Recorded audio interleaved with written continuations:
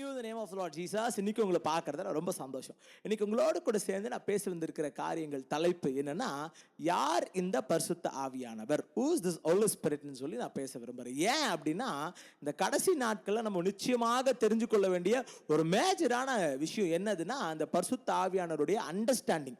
ஏன்னா நான் நிறைய மீட்டிங்ஸ் போகும்போது இந்த பரிசுத்த ஆவியானவர் குறித்து பிள்ளைகள் என்கிட்ட கேட்குற கேள்விகள் எனக்கு உண்மையிலே கொஞ்சம் கஷ்டத்தை உண்டு பண்ணும். ஏன் அப்படின்னா, நிறைய பேர் என்கிட்ட சொல்லி கேள்விப்பட்டிருக்கிறேன். ஆனால் பரிசுத்த ஆவியானவர் சண்டேல வர்ஷிப் டைம்ல நடக்கிற அந்த அனாயிண்டிங் செஷன்ல மட்டும் தானே இவரோட வேலை அப்படின்னு சொல்லி ஒரு சர்க்கிள்குள்ள இந்த ஹோலி ஸ்பிரிட்டை வச்சுட்டாங்க. ஆனால் இன்னைக்கு உங்களோடு கூட சேர்ந்து நான் பேச வந்திருக்கிறது, இதோடைய எக்ஸாமினேஷனை நம்ம பிரித்து பார்க்க போகிறோம். இதில் ரெண்டு விதமான காரியங்கள் இருக்குது. ஒன்று move of holy spirit and இன்னொன்று த ஒர்க் ஆஃப் ஹோலி ஸ்பிரிட்னு ஒன்று இருக்குது. அந்த மூவ் ஆஃப் ஹோலி ஸ்பிரிட்டை குறித்து இன்னைக்கு நான் பேச விரும்பல. ஏன்னா இதில் தான் இந்த அனாயிண்டிங் செஷனில் நடக்கிற சில காரியங்கள் இருக்குது. அதுக்கு நான் எதிரானவன் கிடையாது. I speak tongues, I received holy spirit, I experience what is அனாயிண்டிங்ன்றது எனக்கு நல்லா தெரியும். நான் அதுக்கு எதிரானவன் அல்ல, அது பொய்யுன்னு நான் சொல்லவும் மாட்டேன். அது என்னன்றதை நம்ம இன்னொரு நாள் பார்க்கலாம். ஆனால் இன்னைக்கு இந்த ஒர்க் ஆஃப் ஹோலி ஸ்பிரிட்ன்றத காரியத்தை மட்டும் நம்ம பார்க்கலாம். சரி, இந்த ஒர்க் ஆஃப் ஹோலி ஸ்பிரிட் என்ன அப்படின்னு சொல்லி நம்ம பார்க்கறதுக்கு முன்னாடி நம்ம என்ன பண்ணலாம்னா, பைபிள்லேருந்து ஒரு 2 வசனத்தை நம்ம படிக்கலாம். அந்த 2 வசனத்தை படிச்சு அதுக்குள்ள இருக்கிற காரியத்தை நம்ம போலாம். சரி, நான் இங்கிலீஷ்ல படிச்சிடறேன். யோவான் 14ஆம் அதிகாரம் 26வது வசனத்தை நான் இங்கிலீஷ்ல NIV வெர்ஷன்ல படிக்கிறேன். But the advocate, the Holy Spirit whom the fathers will send in my name will teach you all the things and will remind you for everything I have said to you அப்படின்னு சொல்லி மத்தேயு 14ஆம் அதிகாரம் 26வது வசனத்தில் எழுதப்பட்டிருக்குது. இங்க என்னது இது என்னது அப்படின்னு சொன்னா, இந்த பரிசுத்த ஆவியானவருக்கு இன்னொரு பெயர் கொடுக்கப்பட்டிருக்கிறது.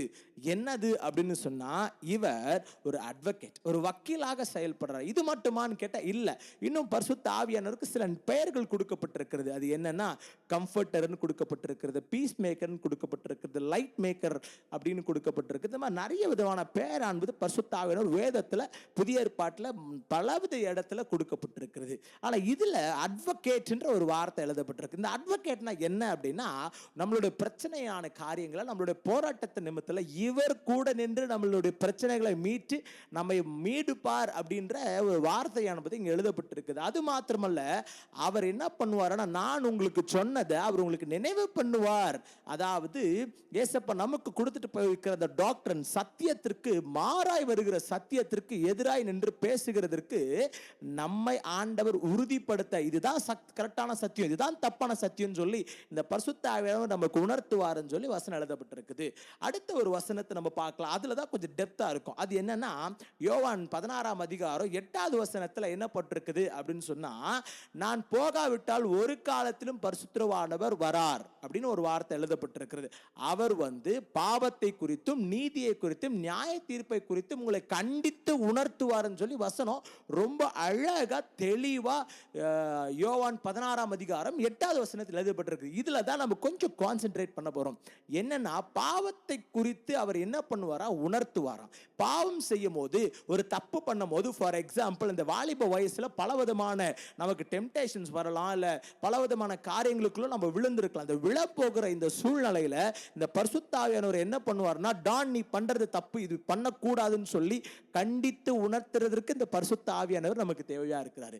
ரெண்டாவது, இவர் யாரா இருக்கிறாரு அப்படின்னு சொன்னா, நீதியை குறித்து கண்டித்து உணர்த்துறா இருக்கிறார். ஒருவன் அக்கிரமத்தில் நிறைந்து இருக்கிறான், அக்கிரமத்துக்கு நிறைஞ்சு மக்களுக்கு தீங்கு செய்கிறான், மக்களுக்கு தேவையில்லாத காரியங்களை செய்யறான்னா, இந்த பரிசுத்த ஆவியானவர் அவரை பார்த்து சொல்லுவாராம், இல்லமாக நீ நீதியை செய்யணும்னு சொல்லுவாரா. கடைசி நாள்ல நமக்கு நியாய தீர்ப்புன்னு ஒன்று வைக்கப்பட்டிருக்குது. அந்த நியாய தீர்ப்பு குறித்து கண்டித்து உணர்த்துகிறதுக்கு இந்த பரிசுத்த ஆவியானவர் உதவியா இருக்கிறாரு.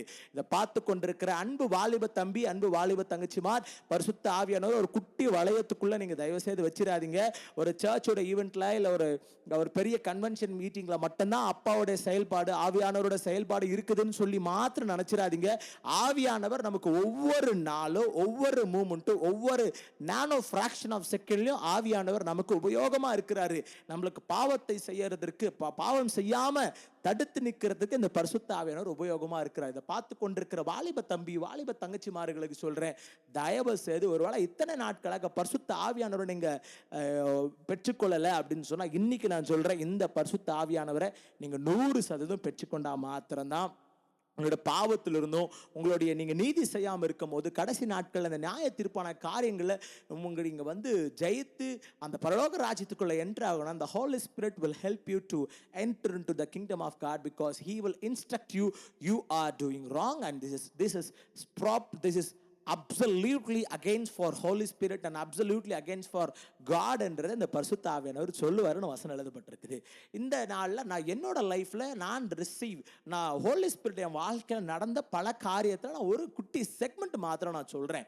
கொஞ்சம் வருடத்துக்கு முன்னாடி எனக்கு ஒரு பெரிய பிரச்சனை, எந்த மனுஷனாலே தீர்க்க முடியாத ஒரு பிரச்சனை வந்ததுனால நான் என்ன பண்றது, யாருக்கிட்ட போறது, என்ன பண்றதுன்னு தெரியாத ஒரு சூழ்நிலையில் இருக்கும்போது இந்த பரிசுத்த ஆவியானவர் எனக்கு உபயோகமா இருந்து என்னை ஜெயிக்க வச்சார். இவர் என்ன பண்ண வச்சாருன்னா, என்னோட எல்லா விதமான பாவத்தின் காரியங்கள்ல நான் இருந்த அந்த பிரச்சனை, பெரிய பிரச்சனை, அவரே எனக்கு அந்த வசனம் 14வது வசனத்துல போட்டிருக்குதுல, 14ஆம் அதிகாரத்துல இஸ் an advocate என்ற வார்த்தையின் கீழாக எனக்கு அவர் வக்கீலா இருந்து என் எதிரிக்கு முன்பதாக நின்று எல்லா விதமான காரியங்களை செஞ்சு என்னை நீதிமானா அந்த இடத்துல கொண்டு வந்தாரு.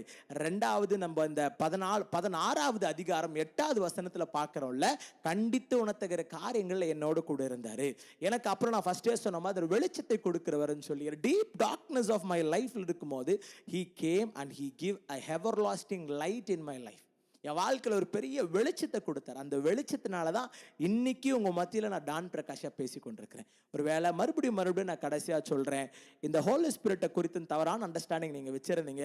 அனாயிண்டிங் செஷனுக்கு மட்டும்தான் அவர் பெரிய பெரிய மீட்டிங்ஸ்ல பெரிய பெரிய ஊழியக்காரர்கள் வந்து இந்த அனாயிண்டிங் செஷன் எடுக்கும் போது தான் அந்த பரிசுத்த ஆவியானவர் வராரு அப்படின்னா தயவு செய்து சொல்றேன், நீங்க தப்பான அண்டர்ஸ்டாண்டிங்ல இருக்கிறீங்க. இன்னும் கூட சொல்றேன், தப்பான டாக்டர்ல இருக்கிறீங்க. ஏன்னா அனாயிண்டிங் அப்படின்றது வேற, மூவ் ஆஃப் ஹோலி ஸ்பிரிட்ன்றது வேற, ஹெல்ப் ஆஃப் ஹோலி ஸ்பிரிட்ன்றது வேற.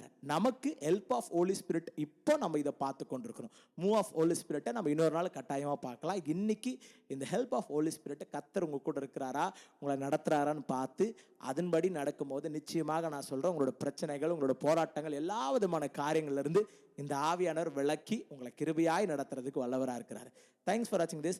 God bless you. See you all in next video very soon.